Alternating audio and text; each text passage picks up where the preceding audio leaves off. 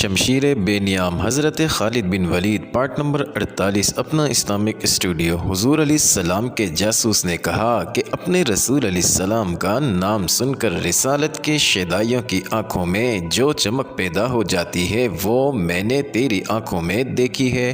تیری آنکھوں میں چمک کچھ زیادہ ہی آ گئی ہے۔ یہ سن کر فیروز نے قیس سے کہا کہ وہ چلا جائے۔ اس نے قیس کو ایک اور جگہ بتا کر کہا کہ کل سورج غروب ہونے سے کچھ دیر پہلے وہ وہاں بیٹھا گداگری کی صدا لگاتا رہے۔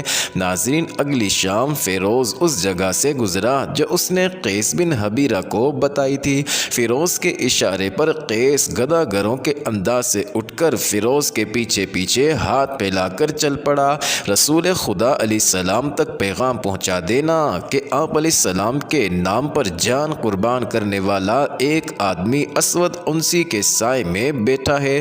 ناظرین، فیروز نے چلتے چلتے ادھر ادھر دیکھے بغیر دھیمی سی آواز میں کہا، اور میں حیران ہوں کہ اتنی جنگی طاقت کے باوجود میرے آقا رسول اللہ صلی اللہ علیہ وسلم نے یمن پر حملہ کیوں نہیں کیا؟ ہرکل کا لشکر اردن میں ہمارے سروں پر کھڑا ہے۔ قیس نے کہا، ہمارا لشکر رومیوں پر حملہ کرنے جا رہا ہے، کیا ہم دو آدمی پورے لشکر کا کام نہیں کر سکیں گے؟ کیا تو نے یہ سوچا ہے کہ دو آدمی کیا کر سکتے ہیں؟ فیروز نے پوچھا۔ قتل، قیس نے جواب دیا اور کہنے لگا، مجھ سے یہ نہ پوچھنا کہ اسود کو کس طرح قتل کیا جا سکتا ہے۔ کیا تو نے اپنے چچا کی بیٹی آزاد کو دل سے اتار دیا ہے؟ فیروز چلتے چلتے رک گیا۔ اس کے چہرے پر کچھ اور ہی طرح کی رونق آ گئی، جیسے خون اچانک ابل پڑا ہو۔ تو نے مجھے روشنی دکھا دی ہے۔ اس نے کہا، قتل کے سوا کوئی اور راستہ نہیں۔ میری چچا زاد بہن کا نام لے کر تو نے میرا کام آسان کر دیا ہے۔ یہ کام میں کروں گا، تو اپنا کام کرتا رہ جا۔ قیس زندہ رہے تو ملیں گے۔ ناظرین، مورخوں نے لکھا ہے کہ فیروز کے دل میں اسود کی جو نفرت دبی ہوئی تھی وہ ابھر کر سامنے آ گئی۔ اس نے اسود انسی کے ایرانی سالار قیس بن عبد یغوث اور دازویہ کو اپنا ہم راز بنا لیا۔ اسود کا قتل ایک وزیر کے لیے بھی آسان نہیں تھا جو اس کے ساتھ رہتا تھا۔ ناظرین، اسود کے محافظ اسے ہر وقت اپنے نرغے میں رکھتے تھے۔ سوچ سوچ کر ان تینوں ایرانیوں نے یہ فیصلہ کیا کہ آزاد کو اس کام میں شریک کیا جائے، لیکن قتل آزاد کے ہاتھوں نہ کرایا جائے۔ آزاد تک رسائی آسان نہیں تھی۔ اسود کو شک ہو گیا تھا کہ تینوں ایرانی اسے دل سے پسند نہیں کرتے۔ اس نے ان پر بھروسہ کم کر دیا تھا۔ آزاد اور فیروز کی ویسے بھی کبھی ملاقات نہیں ہوئی تھی۔ آزاد تک پیغام پہنچانے کے لیے عورت کی ہی ضرورت تھی۔ ناظرین، ایک وزیر کے لیے ایسی عورت کا حصول مشکل نہ تھا۔ فیروز نے محل کی ایک ادھیڑ عمر عورت کو اپنے پاس بلایا۔ ناظرین، وہ بھی مسلمان تھی۔ فیروز نے اسے کہا کہ وہ اسے اپنے گھر میں رکھنا چاہتا ہے، اگر وہ پسند کرے تو وہ اسے اپنے ہاں لا سکتا ہے۔ فیروز نے اسے کچھ لالچ دیا۔ ایک یہ تھا کہ اسے اتنا زیادہ کام نہیں لیا جائے گا جتنا اب لیا جاتا ہے۔ وہ عورت مان گئی۔ ناظرین، فیروز نے اسی روز اسے اپنے ہاں بلا لیا۔ ایک روز آزاد اکیلی بیٹھی تھی۔ وہ ہر وقت جلتی اور کڑتی رہتی تھی۔ اسے کوئی راہ فرار نظر نہیں آتی تھی۔ اس کیفیت میں فیروز کی وہی خادمہ اس کے پاس آئی۔ میں کسی کام کے بہانے آئی ہوں، خادمہ نے کہا، لیکن میں آئی دراصل تیرے پاس ہوں۔ کیا تو اپنے چچا زاد بھائی سے کبھی ملی ہے جو رحمان الیمن کا وزیر ہے؟ کیا تو جاسوسی کرنے آئی ہے؟ آزاد نے غصیلی آواز میں کہا، نہیں۔ خادمہ نے کہا، مجھ پر یہ شک نہ کر کہ میں اس جھوٹے نبی کی مخبر ہوں۔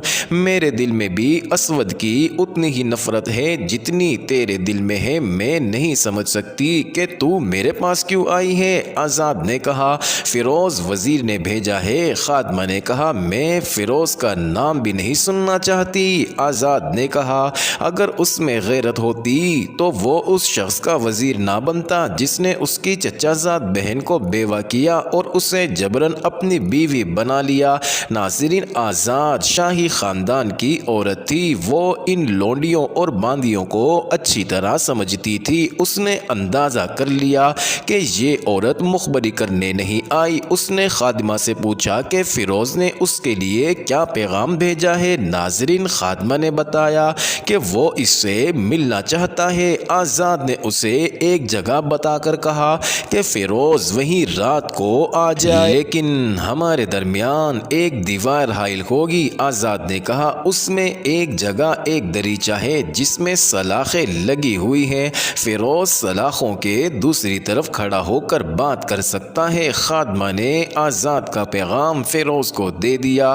ناظرین، اسی رات فیروز محل کے ارد گرد کھڑی دیوار کے اس مقام پر پہنچ گیا جہاں سلاخوں والا چھوٹا سا دریچہ تھا۔ اس کے انتظار میں کھڑی تھی۔ تیری خادمہ پہ مجھے اعتبار آ گیا ہے۔ آزاد نے کہا تجھ پر میں کیسے اعتبار کروں؟ میں نہیں مانوں گی کہ تو مجھے اس وحشی سے آزاد کرانے کی سوچ رہا ہے۔ کیا تو اس وحشی کے ساتھ خوش ہے؟ فیروز نے پوچھا۔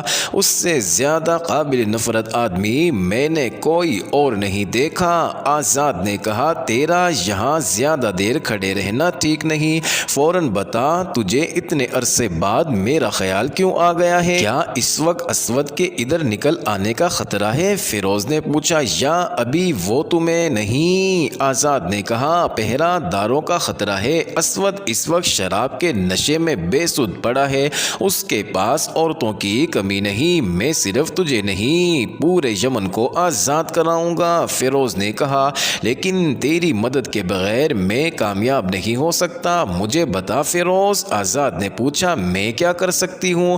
کسی رات مجھے اسود تک پہنچا دے۔ فیروز نے کہا اگلے روز وہاں سے اس کی لاش اٹھائی جائے گی، کیا تو یہ کام کر سکتی ہے؟ کل رات اس وقت کے کچھ بعد اس دیوار کے باہر اس جگہ آ جانا جو میں تمہیں بتاؤں گی۔ آزاد نے کہا میرا کمرہ اس دیوار کے بالکل ساتھ ہے، تم دیوار کسی اور طریقے سے پھلانگ نہیں سکو گے، کمن پھینکنی پڑے گی، رسا لیتے آنا، اسے دیوار کے اوپر سے اندر کو پھینکنا ہے، میں اسے کہیں باندھ دوں گی، تم رسے سے اوپر آ جانا۔ ناظرین، اگلی رات فیروز اس طرح چھپتا چھپاتا اس دیوار کے ساتھ ساتھ جا رہا تھا کہ اسے پہرا دار کے گزر جانے تک چھپنا پڑتا تھا۔ وہ اس جگہ پہنچ گیا جو اسے آزاد نے بتائی تھی۔ اس نے دیوار پر رسا پھینکا جس کا اگلا سرا دوسری طرف نیچے تک چلا گیا۔ ناظرین، آزاد موجود تھی، اس نے رسا پکڑ لیا اور کہیں باندھ دیا۔ فیروز رسے کو پکڑ کر اور پاؤں دیوار کے ساتھ جماتا دیوار پر چڑھ گیا۔ اس نے رسا دیوار پر باندھ دیا اور اس کی مدد سے نیچے اتر گیا۔ ناظرین، آزاد اسے اپنے کمرے میں لے گئی اور آدھی رات کے بعد تک اسے کمرے میں ہی رکھا کیونکہ اسود کے بیدار ہونے کا خطرہ تھا۔ آدھی رات کے بعد وہ بے ہوش اور بے سدھ ہو جاتا تھا۔ آزاد نے کہا یہ شخص انسانوں کے روپ میں دیو ہے، ایسا دیو جو شراب پیتا اور عورتوں کو کھاتا ہے۔ تم نے اس کی جسامت دیکھی ہے؟ اتنا لمبا اور چوڑا جسم، تلوار کے ایک دو وار کو شراب کی طرح پی جائے گا، اسے ہلاک کرنا آسان نہیں ہوگا، اسے ہلاک کرنا ہے خواہ میں خود ہلاک ہو جاؤں۔ فیروز نے کہا۔ ناظرین، آزاد نے کمرے کا دروازہ ذرا کھولا اور باہر دیکھا اس غلام گردش کے اگلے سرے پر ایک پہرہ دار کھڑا رہتا تھا، وہ سائے کی طرح کھڑا نظر آ رہا تھا،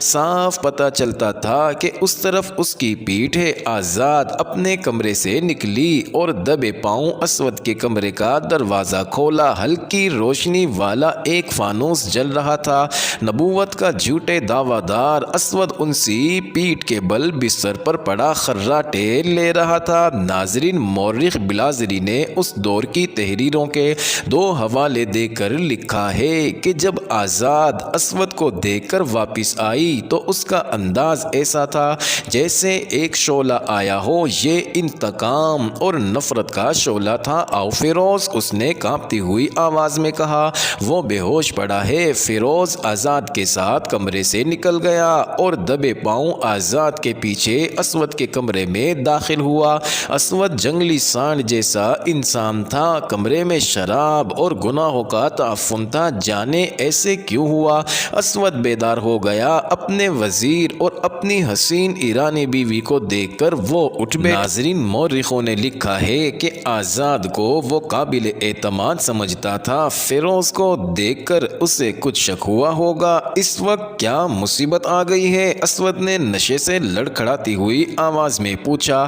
فیروز نے ایک لمحہ ضائع نہ کیا، تلوار کھینچی اور پوری طاقت سے اسود کی گردن پر وار کیا۔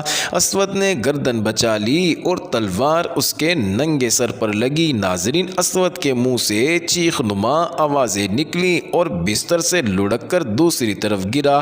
ناظرین، غلام گردش میں دوڑتے قدموں کی دھمک سنائی دی۔ آزاد تیزی سے باہر نکلی اور دروازہ بند کر لیا۔ پہرہ دار دوڑا آ رہا تھا۔ آزاد نے تیزی سے آگے بڑھ کر پہرہ دار کو روک لیا۔ کمرے سے اسود کی ہلکی ہلکی آوازیں آ رہی تھی، واپس اپنی جگہ چلے جاؤ۔ آزاد نے پہرہ دار کو تحکمانہ لہجے میں کہا، رحمان الیمن کے پاس فرشتہ آیا ہوا ہے، وہی نازل ہو رہی ہے، جاؤ، ادھر نہ آنا۔ ناظرین، مورخ بلازری نے لکھا ہے کہ پہرہ دار نے احترام سے سر جھکا لیا اور چلا گیا۔ آزاد اندر آئی تو دیکھا کہ اسود فرش سے اٹھ کر بستر پر گر رہا ہے اور فیروز دوسرے وار کے لیے آگے بڑھ رہا ہے۔ اسود بستر پر گر پڑا، اس کا سر پلنگ کے بازو پر تھا اور سانڈوں کی طرح ڈکار رہا تھا۔ تم اسے مار نہیں سکو گے فیروز، آزاد نے آگے بڑھ کر کہا، اور اسود کے بال جو لمبے تھے ہاتھوں سے پکڑ کر نیچے کو کھینچے اور وہ خود فرش پر بیٹھ گئی۔ اب فیروز گردن کاٹ دو۔ ناظرین، فیروز نے ایک ہی وار سے اسود کی گردن صاف کاٹ کر سر جسم سے الگ کر دیا۔ فیروز کے ساتھیوں قیس عبد یغوث اور دازویہ کو معلوم تھا کہ آج رات کیا ہونے والا ہے۔ فیروز نے اسود کا سر اٹھایا اور ان دونوں کے ہاں جا پہنچا۔ محافظوں اور پہرہ داروں کو رحمان الیمن کے قتل کی خبر ملی تو انہوں نے محل کو محاصرے میں لے لیا۔ آزاد فیروز کے ساتھ رہی۔ محل میں بھگدڑ مچ گئی۔ حرم کی عورتوں کا ہجوم چیختا چلاتا باہر کو بھاگا۔ ناظرین، ادھر رسول اللہ صلی اللہ علیہ وسلم کے بھیجے ہوئے قیس بن حبیرہ اور دبرت بن یحنس سرکردہ مسلمانوں کو بغاوت پر آمادہ کر چکے تھے اور دن رات زمین دو سرگرمیوں سے مسلمانوں کے حوصلے بحال کر چکے تھے۔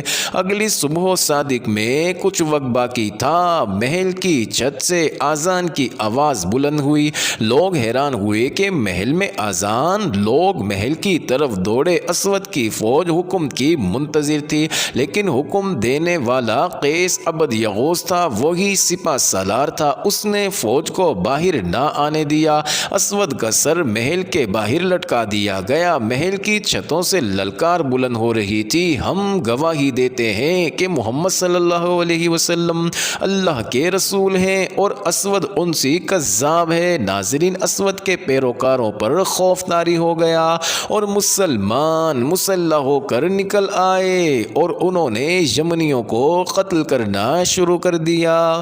معزز ناظرین، یہ انٹرسٹنگ ویڈیو جاری ہے، اگلی ویڈیو قسط نمبر 49 میں دیکھنا مت بھولیے گا۔